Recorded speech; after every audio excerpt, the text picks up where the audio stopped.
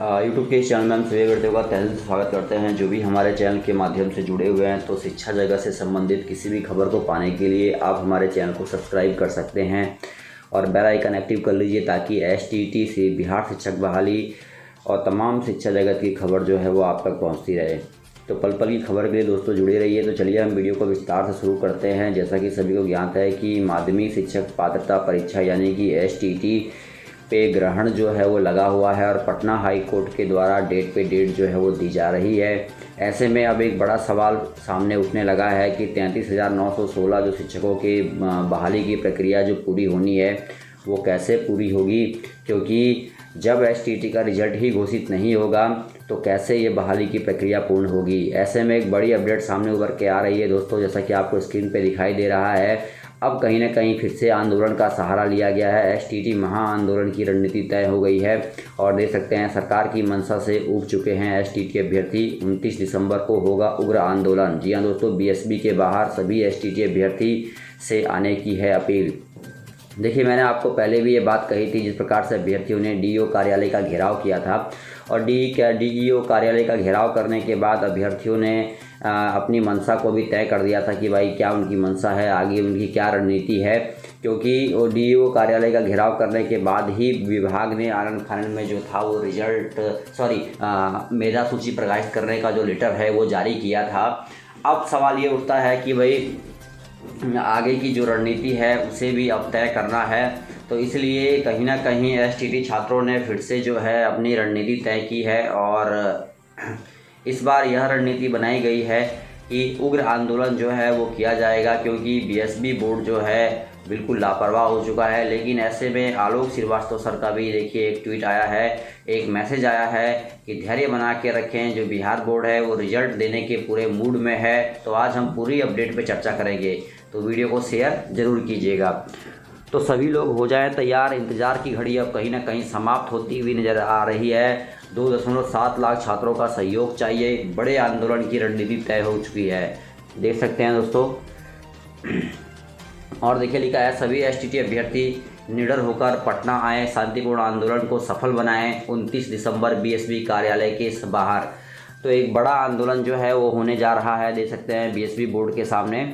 और आप देख सकते हैं यहाँ पे देखिए लिखा है कि बिहार बोर्ड स्टे हटवाने के लिए डबल बेंच नहीं जाएगी। सिंगल बेंच में 20 जनवरी को अंतिम सुनवाई है। अगर सिंगल बेंच में हारेगी तब डबल बेंच जाएगी नियंत्रक। देख सकते हैं बिहार बोर्ड स्टे हटवाने के लिए डबल बेंच नहीं जाएगी। आप देख सकते हैं दोस्तों, 20 जनवरी को जो है यानी कि 19 जनवरी को जो सुनवाई होगी, यानी कि 20 जनवरी को अंतिम सुनवाई है। अगर सिंगल बेंच में हारेगी तब जाके वो डबल बेंच जाएगी। अगर सिंगल बेंच में अगर ये ऑर्डर आता है कि STT की परीक्षा जो है वो पुनः होगी, तो ऐसे में अब बिहार बोर्ड जो है वो डबल बेंच में जाने की तैयारी करेगी।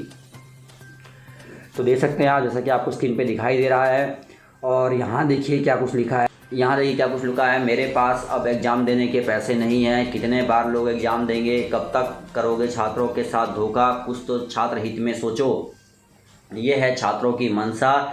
और जैसा कि आप देख सकते हैं कि भाई छात्र इस प्रकार के जो ट्वीट पे ट्वीट लगातार कर रहे हैं, उनकी जो मंशा है वह साफ तौर पे सामने उभर के आ चुकी है। वो साफ तौर पे ये बात कह रहे हैं कि कब तक जो है हम इस प्रकार से जो है लड़ते रहेंगे और जो है एग्ज़ाम देते रहेंगे। इतना पैसा जो है पानी की तरह छात्र जो है वो बर्बाद कर रहे हैं। तो अब बड़ा सवाल ये उठता है कि भाई जल्द से जल्द जो है जिस STT बहाली की प्रक्रिया पूरी की जाए, 33,900 शिक्षकों की भर्ती की जाए, ताकि जल्द से जल्द बिहार में जो भी पंचायत है, उत्क्रमित विद्यालय हैं, उनमें रिटायर्ड शिक्षकों को हटा के नए शिक्षकों की जो है वो बहाली हो सके।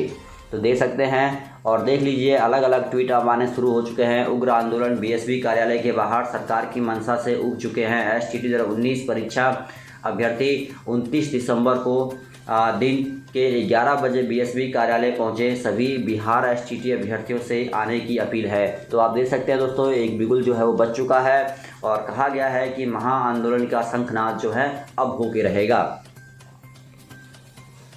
देखिए लिखा है, छात्र की एक बूंद पसीने खून से कम नहीं, उनकी मेहनत का सम्मान करो, STT रिजल्ट जारी करो। अब आप देख सकते हैं कि भाई बिग अपडेट सामने आ रही है और साफ तौर पे ये बात कही जा रही है कि भाई अब देखिए यहाँ पे आप देख सकते हैं डबल बेंच में बिहार बोर्ड जा रही है एसटीडी रिजल्ट पर स्टे को हटाने के लिए। आप देख सकते हैं आलोक श्रीवास्तव सर ने भी ये ट्वीट किया है।